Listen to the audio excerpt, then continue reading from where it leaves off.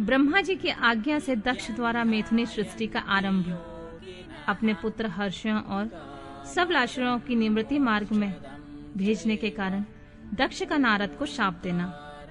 प्रजापति दक्ष अपने आश्रम में जाकर मेरी आज्ञा पाकर हर्ष भरे मन से नाना प्रकार की मानसिक सृष्टि करने लगे।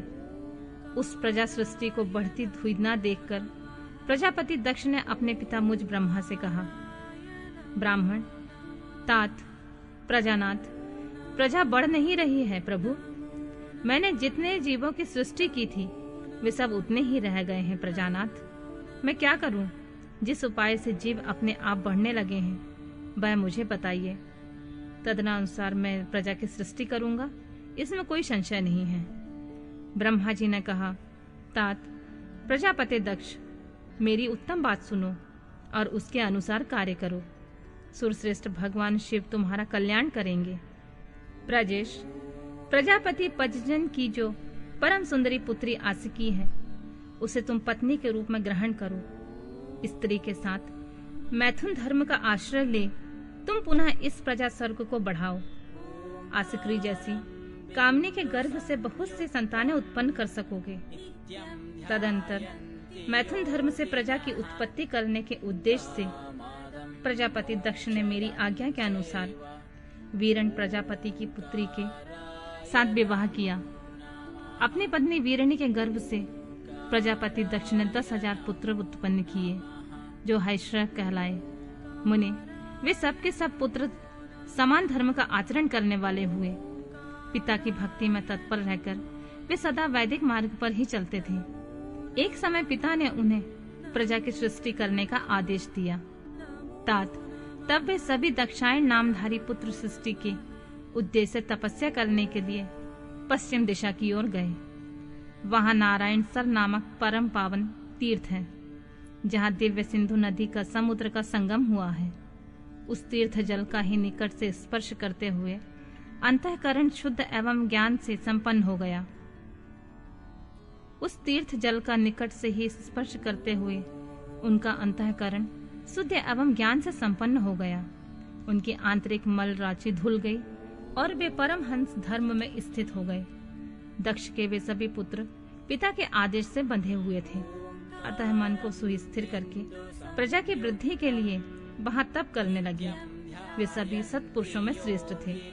नारद, जब तुम्हें पता लगा कि हैश्रव गण सृष्टि के लिए तपस्या कर रहे हैं, तब भगवान लक्ष्मीपति के हार्दिक अभिप्राय को जानकर तुम स्वयं उनके पास गए और आदर पूर्वक यूं बोले, दक्ष पुत्र हैश्रव गण, तुम लोग पृथ्वी का अंत देखे बिना सृष्टि की रचना के लिए कैसे उद्यत हो गए? ब्रह्मा जी कहते हैं, नारद, हैश्रव आलस्य से दूर रहने वाले थे, जन्म काल से बड़े ही बुद्धिमान थे। वे सब के सब तुम्हारा उपयुक्त कथन सुनकर स्वयं उस पर विचार करने लगे। उन्होंने यह विचार किया कि जो उत्तम शास्त्र रूपी पिता के निवृत्ति पारक आदेश को नहीं समझता, वह केवल रज आदि गुणों पर विश्वास करने वाला पुरुष सृष्टि निर्माण का कार्य कैसे आरंभ कर सकता है। ऐसा निश्चय करके वे उत्तम बुद्धि वाले और एकाग्र चित्त वाले दक्ष कुमार नारद को प्रणाम करके उनकी परिक्रमा करके ऐसे पथ पर चले गए जहां जाकर कोई वापस नहीं लौटता। नारद, तुम भगवान शंकर के मन हो। मुने, तुम समस्त लोकों में अकेले विचरा करते हो। तुम्हारे मन में कोई विकार नहीं है, क्योंकि तुम सदा महेश्वर की मनोवृत्ति के अनुसार ही कार्य करते हो। जब बहुत समय बीत गया, तब मेरे पुत्र प्रजापति दक्ष को यह पता लगा कि मेरे सभी पुत्र नारद से शिक्षा पाकर नष्ट हो गए हैं, मेरे हाथ से निकल गए हैं। इससे उन्हें बड़ा दुख हुआ। वे बार बार यही कहने लगे, उत्तम संतानों का पिता होना शोक का ही स्थान है, क्योंकि श्रेष्ठ पुत्रों के बिछुड़ जाने से पिता को भी बड़ा कष्ट होता है। शिव के माया से मोहित होने से दक्ष को पुत्र वियोग के कारण बहुत शोक होने लगा। तब मैंने अपने बेटे को दक्ष को बड़े प्रेम से समझाया और सांत्वना दी। देव का विधान प्रबल होता है इत्यादि बातें बताकर उनके मन को शांत किया। मेरे सांत्वना देने पर दक्ष पुनः पजजनन कन्या आशक्री के गर्भ से शल्वाश्रव नाम के एक सहस्त्र पुत्र उत्पन्न किए। पिता के आदेश पाकर वे पुत्र भी प्रजा सृष्टि के लिए दृढ़ता पूर्वक प्रतिज्ञा पालन का नियम ले उसी स्थान पर गए जहां उनकी सिद्धियों को प्राप्त हुए बड़े भाई गए थे। नारायण सरोवर के जल को स्पर्श होने मात्र से उनके सारे पाप नष्ट हो गए, अंतःकरण में शुद्धता आ गई और वे उत्तम व्रत के पालक सबलाश्रव बड़ा प्रणव का जप करते हुए बड़ी भारी तपस्या करने में लगे। उन्हें प्रजा सृष्टि के लिए उत्तम जान पुनः पहले की ही भांति ईश्वरीय गति का स्मरण करते हुए उनके पास गए और वही बात कहने लगी जो उनके भाइयों से पहले कह चुके थे। मुने, तुम्हारा दर्शन अमोघ है, इसलिए तुमने उनको भी भाइयों का ही मार्ग दिखाया, अतएव वे भाइयों के पथ पर ही ऊर्ध्व गति को प्राप्त हुए। उसी समय प्रजापति दक्ष को बहुत से उत्पात दिखाई दिए। इससे मेरे पुत्र दक्ष को बड़ा विस्मय हुआ और वे मन ही मन दुखी हुए। फिर उन्होंने पूर्ववत तुम्हारी ही करतूत से अपने पुत्रों का नाश हुआ सुना।